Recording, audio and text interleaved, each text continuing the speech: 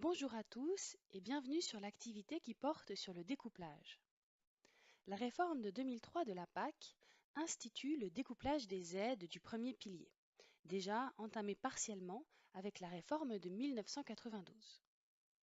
Le découplage des aides signifie que chaque exploitation reçoit un droit à prime, appelé en France un droit à paiement unique, qui est calculé et versé indépendamment des quantités produites par l'exploitation et des types de production.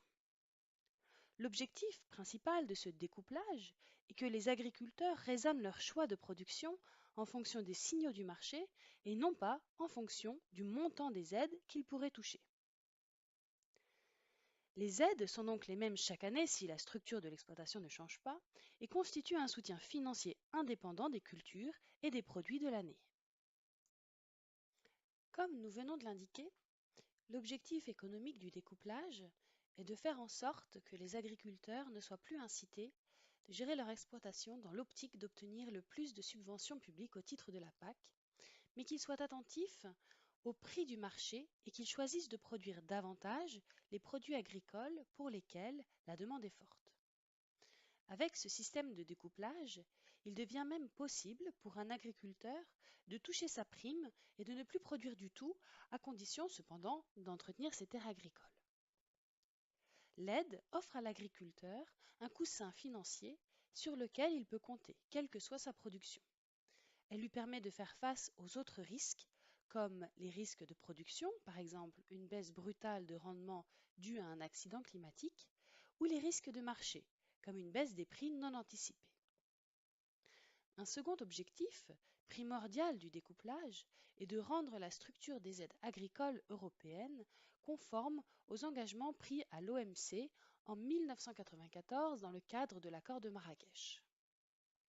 Il faut en effet éliminer les aides à l'agriculture qui ont un effet direct distorsif sur les prix mondiaux, c'est-à-dire qui ont un impact direct sur le niveau des prix mondiaux. Les aides, qui sont versées en fonction des quantités produites, qui donc poussent à produire toujours davantage et font donc diminuer les prix mondiaux, doivent être progressivement supprimées. L'Europe avait obtenu de pouvoir maintenir partiellement ce type d'aide jusqu'en 2003. Après 2003, il faut passer à des aides qui sont déconnectées des productions pour éviter un impact direct sur les marchés. Le dernier objectif de la mise en place du découplage est plus interne à l'organisation de la PAC. Il s'agit de simplifier le processus d'attribution des aides et donc d'économiser sur l'organisation administrative de la PAC. Les différentes aides touchées par les agriculteurs en fonction des différentes productions sont désormais rassemblées en un seul et même paiement unique. La réforme de 2003 offre de la subsidiarité et de la souplesse aux États membres dans l'application du découplage. Les États membres peuvent choisir la date de mise en œuvre du découplage sur une période donnée entre 2005 et 2007 et choisir les modalités de découplage, partiel ou régionalisé. En France, on choisit de mettre en œuvre un découplage partiel basé sur des références historiques et il est mis en œuvre en 2006. Le découplage est partiel en France car il a été choisi de pouvoir maintenir un lien partiel entre les aides et la production. Cela a été justifié auprès de l'OMC pour éviter un abandon de l'activité agricole dans les zones fragiles. Mais il s'agissait aussi d'éviter une rupture trop forte avec l'ancien système qui aurait pu augmenter rapidement le montant des aides pour certaines exploitations et le baisser dans d'autres, mettant en danger leur équilibre financier.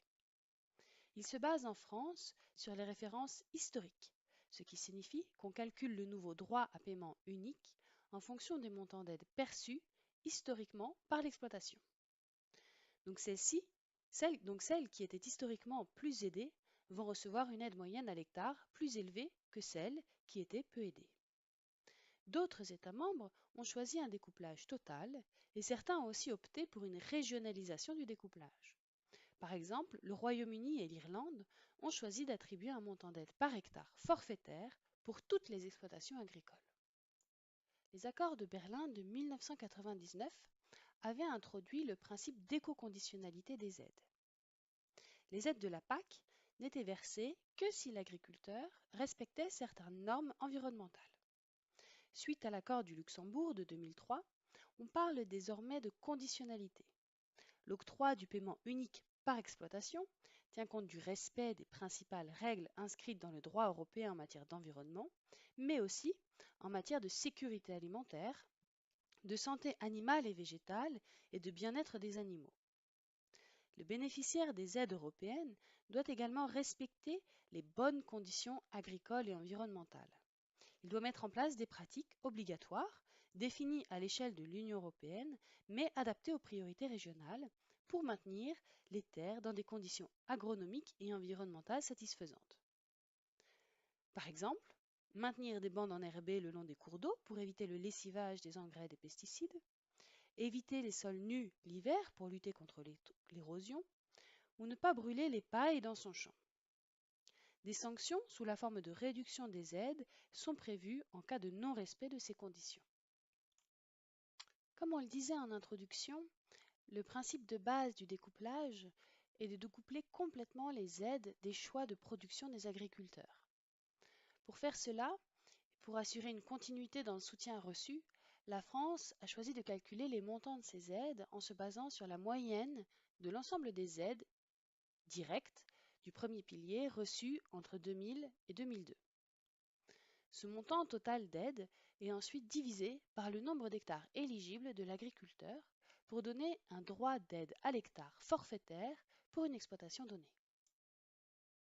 Les montants de DPU à l'hectare pour chaque exploitation sont donc déterminés sur ces références historiques qui elles-mêmes sont les résultats des aides compensatoires et des prix garantis reçus par l'exploitation agricole d'avant 1992. Ce sont donc les productions dont les prix garantis étaient élevés qui ont bénéficié d'aides compensatoires élevées puis de DPU par hectare de SAU élevés.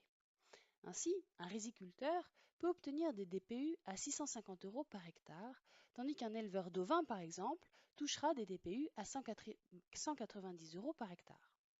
Ces DPU sont versés en fonction du nombre d'hectares exploités ou tout simplement entretenus dans les bonnes conditions agro-environnementales.